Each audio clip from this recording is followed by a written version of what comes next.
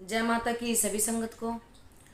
तो किसी ने प्रश्न किया है कि हम जब किसी देवी देवता को पूजते हैं और हमारे ऊपर मसाणी लगा दी गई हो और हम किसी देवी देवता को पूज रहे हैं और वो मसाणी हमारी नहीं हट रही है, काफ़ी प्रयास करने के बाद भी, काफ़ी पूजा पाठ करने के बाद भी, तो जब वो देवता हमारी हेल्प नहीं करता है, हमारी मदद नहीं करता है, हमारे ऊपर से वो मसाणी की बाधा नहीं हट पाती है, तो हमारा विश्वास जो है वो डगमगा जाता है, हमारी श्रद्धा जो है दम तोड़ देती है।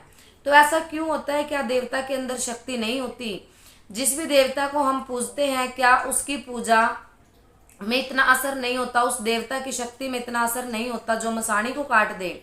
और दूसरी बात ये कि मसाणी हटाने के लिए हमें गुरु क्यों पूजने पड़ते हैं और मसाणी क्यों पूजने पड़ते हैं? तो ये प्रश्न है और इस प्रश्न का उत्तर मैं आपको वीडियो में जरूर दूंगी, तो वीडियो में अंत तक बने रहें। देखिए जी, जब भी आप मसाणी का प्रयोग आपके ऊपर हो जाता है और आप एक सामान्य व्यक्ति हो, सामान्य पूजा पाठ आप करते हो, तो जो सामान्य पूजा पाठ होती है उसमें क्या होता है, उसमें आपको केवल और केवल देवता की कृपा मिलती है। परंतु तंत्र जो होता है, तंत्र को तंत्र से ही काटा जाता है। जैसे कि आप सभी बचपन से सुनते आ रहे होंगे कि लोहे की काटना हमेशा लोहे से होती है, ठीक है? तो लोहे की काट लोहे से होगी, तंत्र की काट तंत्र से होगी। तो गुरु पूजना इसलिए आवश्यक हो जाता है क्योंकि गुरु हमें टोटके सिखाता है, गुरु हमें तंत्र को काटना सिखाता है, गुरु हमें अपनी शक्ति, अपनी ऊर्जा, अपने ऑरा को मजबूत करना सिखाता है, गुरु हमें मार्गदर्शन करता है कि शक्ति को किस प्रकार से हम प्रबल करें, गुरु हमें सिखाता है कि शक्ति किस प्रकार से प्रसन्न होंगी।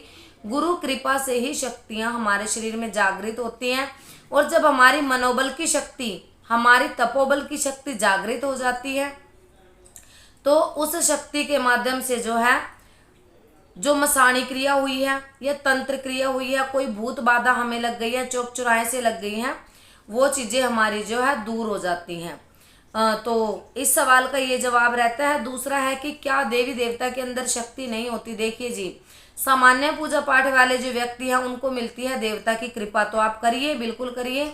और देवता आप लोगों से कहने नहीं आते हैं कि आप हमारी सेवा पूजा करें, ठीक है? वेदों में, शास्त्रों में विधान है, हमने अपने बड़े बुजुर्गों से सुन लिया है। हमारी अपनी श्रद्धा भी होती है कि हम भगवान की शरण में रहें, अच्छे संस्कार हमारे अंदर पैदा हो, हम अपने धर्म को जानें, हम अपने धर्म के मार्ग पे आगे बढ़े, अध्यात्म के मार्ग पे आगे बढ़े, ताकि जो सांसारिक चलाने वाली सांसारिक शक्ति है, जो दैवीय शक्ति है, जो हमारी मदद करती है, जो हमारे अंदर सांसें चलती हैं, जिसकी वजह से धरती पर अन्न उगता है और उसकी वजह से हमारा भरण पोषण होता है ना? हमारे पालन पोषण के लिए प्रकृति ने बहुत सारी चीजें हमें दी हैं। तो जब आपके ऊपर तंत्र प्रयोग हो जाए, तो तंत्र प्रयोग बेटा जी तंत्र से ही काटा जाता है। तो इसमें मसाणी पूजना क्यों आवश्यक हो जाता है? मसाणी पूजना इसलिए आवश्यक हो जाता है, कई वीडियो में हमने बताया है, जो मसाणी का प्रयोग आपके ऊपर किया जाता है वो माता मसाणी नहीं होती हैं। कई बार आपको बता चुके हैं, लाइव के माध्यम से बता चुके हैं, मसाणी के कई वीडियो में भी बता चुके हैं, और ये वीडियो भी आपके लिए हम इसलिए लेके आए हैं कि कुछ बच्चों तक वो वीडियो नहीं पहुंच पाया है, तो जानकारी दोबारा देने का कर्तव्य हमारा बनता है। क्योंकि बच्चों के अगर प्रश्न आते हैं, प्रश्नों के उत्तर ही हम नहीं देंगे तो बच्चों का यहाँ से भी विश्वास उठ जाता है। तो मसाणी को पूजना आवश्यक इसलिए हो जाता है क्योंकि जो शमशानी शक्ति है, शमशानी शक्ति में क्या चलते हैं? घायल चलती है, भूत चलते हैं, प्रेत चलते हैं, है ना? मलिन शक्तियां आपके शरीर को लगा दी जाती हैं, मात्र और मात्र भोग प्रसाद के, अपने मंत्रों की चोट से उनको जो है काबू में किया जाता है, और भोग प्रसाद के माध्यम से आपका कार्य बिगाड़ने के लिए वो आपके पीछे छोड़ दी जाती हैं। तो जब आप इन चीज़ों को फेस करते हो, इन चीज़ों से लड़ते हो, आप सोचते हो कि हमारी सामान्य पूजा पाठ से वो कट जाए, ऐसा नहीं होता। और जब सामान्य पूजा पाठ से वो चीज़ आपकी नहीं कटती हैं, तो सीधी सी बात, आपका अपने देवता से विश्वास उठ जाता है। फिर आप इधर उधर यूट्यूब पे, गूगल पे, बहुत सारे सोशल साइट्स पे सर्च करते हो कि हमें कहीं ना कहीं इसका समाधान मिले, परंतु समाधान तो आपको गुरु ही देते हैं। इसलिए बेटा आवश्यक हो जाता है गुरु पूजन, आवश्यक हो जाता है मसाणी पूजन। अब देखो, जो शमशानी है कहीं ना कहीं उसको मसाणी माता, जो चौराहे पे वास करने वाली चौगान की शक्ति होती है, बहुत ही पावरफुल शक्ति वो होती है। क्यों?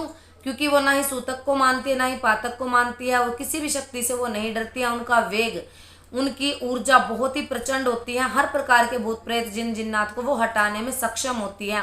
इसलिए आप लोगों को कहा जाता है आप मसानी पूजन कीजिए, मसानी चौक चौराहे वाली माता को आप पूजिए। तो अगर आप इसमें भी भ्रम और भ्रांति पाल लेंगे, आप सोचोगे कि मैं तो भगवान शिव की पूजा करता हूँ या करती हूँ, मुझे मसानी पूजने की क्या जरूरत है, क्या भगवान शिव में इतनी क्षमता नहीं है जो मसानी को हटा दे? है, भगवान शिव में इतनी क्षमता है कि वो आपकी मसानी हटा देंगे, परंतु आपके अंदर उतनी क्षमता नहीं है कि भगवान शिव की वो ऊर्जा, उनकी वो शक्ति आप अपनी पूजा से प्राप्त करें। इसका कारण भी हम आपको बताते हैं, क्योंकि हमारे अंदर 5 विकार हैं, काम क्रोध मोह लोभ और अहंकार।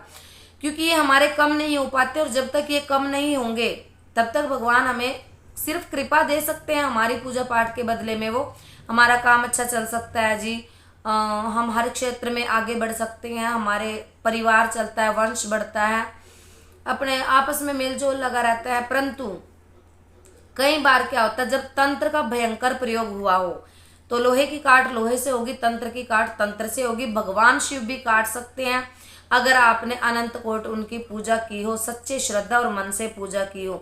अब लोग कहते हैं श्रद्धा जवाब दे जाती है जी। श्रद्धा सुनिए, आपकी श्रद्धा कैसे जवाब देती है उसका भी हम आपको उत्तर देंगे, क्योंकि भक्ति आसान नहीं होती, भक्ति मार्ग में आगे बढ़ना आसान नहीं होता है। इसका क्या कारण रहता है कि जब हमें देवता अच्छे अच्छे दिन देता है, जैसे भगवान शिव हो गए, माँ काली हो गई, तो हम उनको स्वीकार करते हैं कि वाह देवता कितने अच्छे हैं, हमें अच्छे दिन दे रहे हैं, बहुत अच्छे हैं, इनकी शरण में हमें जाना चाहिए। और हम एक गलती कर देते हैं, हम अपनी भक्ति को बहुत ज़्यादा बढ़ा लेते हैं। भक्ति बढ़ाते बढ़ाते हम एक भक्त के वर्ग से निकल के, उसकी कैटेगरी से निकल के हम भक्तावल में घुस जाते हैं, कि हम लोग बतासे का उनको भोग दे रहे हैं, हमने एक नियम बांध लिए हैं, हम उनके मंत्र जाप करने लग गए हैं, अब हम डेली डेली उनके मंदिर जाने लग गए हैं।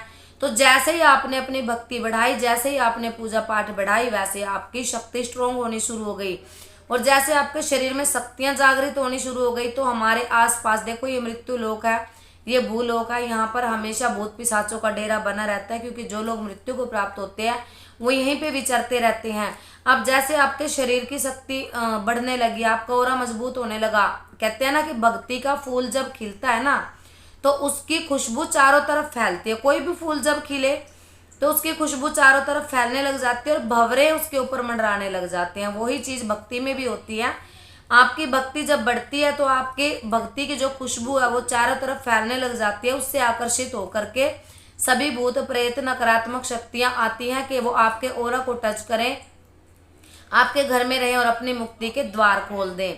बस यही कारण होता है कि जब भी वो आते हैं तो एक बार हमारी ऊर्जा बिल्कुल खर्च हो जाती है उस नेगेटिविटी को रिमूव करने के लिए, और जब हमारी ऊर्जा खर्च हो जाती है तो सीधी सी बात, हम कमज़ोर पड़ते हैं, हमारे कार्य रुकने लग जाते हैं, भगवान की कृपा नहीं मिल पाती, और हम लोग जो है उनसे अपना विश्वास उठा लेते हैं और भगवान को सीधे सीधे दोष देने लग जाते हैं। तो ये थी जानकारी, आशा करते हैं आपको पसंद आई होगी। मिलते हैं नई जानकारी के साथ, सभी को।